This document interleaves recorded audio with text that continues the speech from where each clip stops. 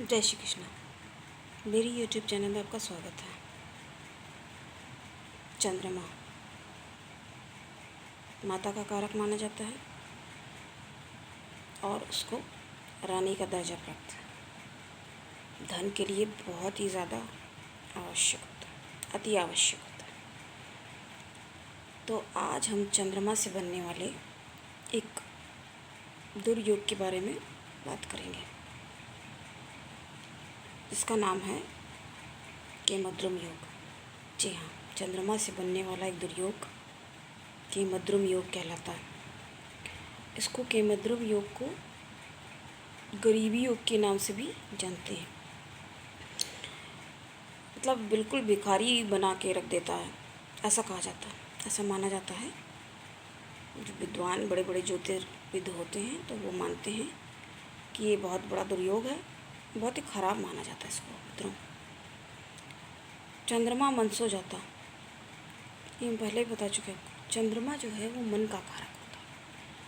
अर्थात अगर व्यक्ति ने अपने मन को ही खो दिया, तो उसका मन ही अगर दुखी है, तो अगर उसके पास रुपया पैसा है भी तो उसका क्या मतलब बनता है?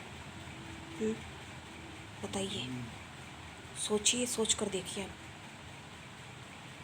जब चंद्रमा जिस भी स्थान पर अगर बैठा रहता है तो उसके अगल में बगल में, अर्थात दोनों तरफ, जब दोनों तरफ कोई भी ग्रह नहीं बैठा होता है। हाँ दर्शकों, जब चंद्रमा अकेला बैठा होता है और उसके अगल बगल दोनों तरफ में कोई भी ग्रह नहीं बैठा होता है, मतलब खाली होता है वो स्थान अगर, तब उसको केमद्रुम योग माना जाता है। इस तरह से इस योग का निर्माण होता है।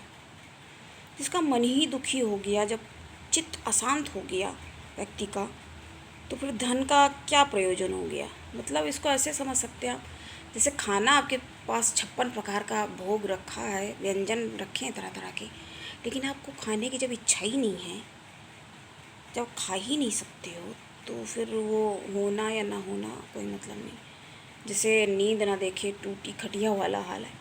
जब नींद ही नहीं है तो बिस्तर कितना भी अच्छा हो तो उस पर रात भर ऐसे लेटे रहेंगे, करवटें बदलेंगे, सोचते रहेंगे, कुछ ना कुछ तरह तरह के विचार चलते रहेंगे, तो उससे कोई लाभ तो होगा नहीं। वही चीज़ है, पैसा अगर है भी, यही मतलब नहीं है केमद्रुम योग मतलब बन गया तो मतलब पैसे का ही एकदम अभाव हो जाएगा, इसका तात्पर्य ये तो बिल्कुल भी नहीं है, ये कदापि नहीं है। इसीलिए इसको काफ़ी खराब माना जाता है। किसी भी अन्य ग्रह की अगर दृष्टि भी न जैसे पड़ रही हो तो ये और भी ज़्यादा खराब हो जाता है। अगर जैसे किसी और ग्रह की दृष्टि पड़ रही है, इसका मतलब ये है जहाँ चंद्रमा बैठा है उससे 7वें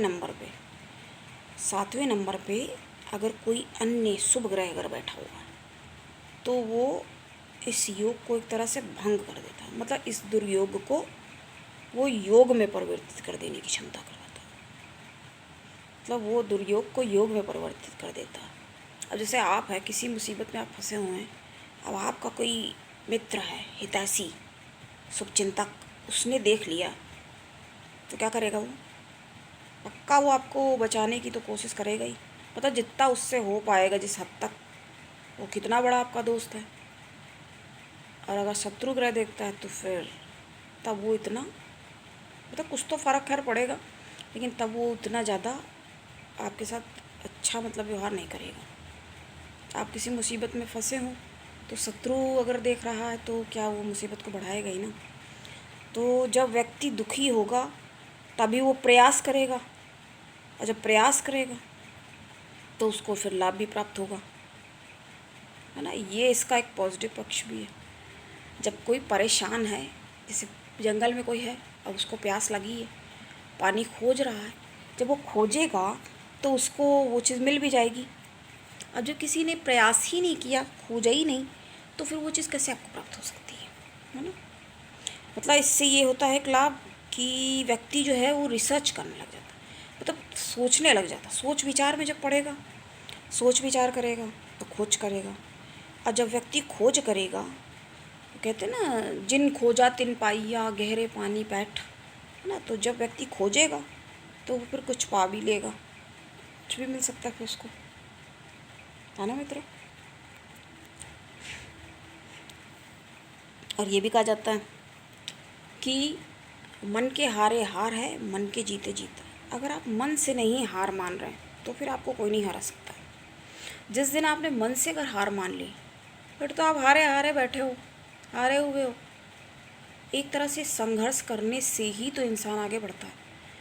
जब आगे कोई बढ़ रहा है तो कैसे बढ़ रहा है? कोशिश कर रहा है, संघर्ष कर रहा है।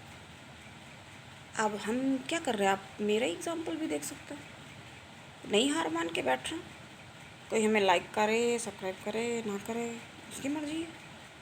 बल्कि अगर आप लाइक करते हैं किसी को, सब्सक्राइब कर रहे हैं, पता एक तरह से आप उसकी हेल्प कर रहे हैं, आप एक तरह से पुण्य कमा रहे हैं बैठे बैठे। फिर भी नहीं करते। अब बार बार कहने का मतलब भी नहीं बनता। आपकी मर्जी, करिए। कोई बहुत बड़ा तो काम इसमें है नहीं। कुछ आपको उठना है, बड़ी मेहनत करनी है, एक ज़रा सा उसको बस यूँ करना होता है। उसमें भी इतनी कंजूसी कर रहे हैं आप लोग, बताइए। मेहनत करके हम लोग एक एक रिसर्च करके, खोज पढ़ के, सब कुछ समझ के, इतने सालों के शोध लगे हुए हैं, इतने सालों से पढ़ाई कर रहे हैं, सब कुछ देख के तय करके तब बताते हैं। भविष्य बताना किसी का कोई मामूली सा तो काम है नहीं।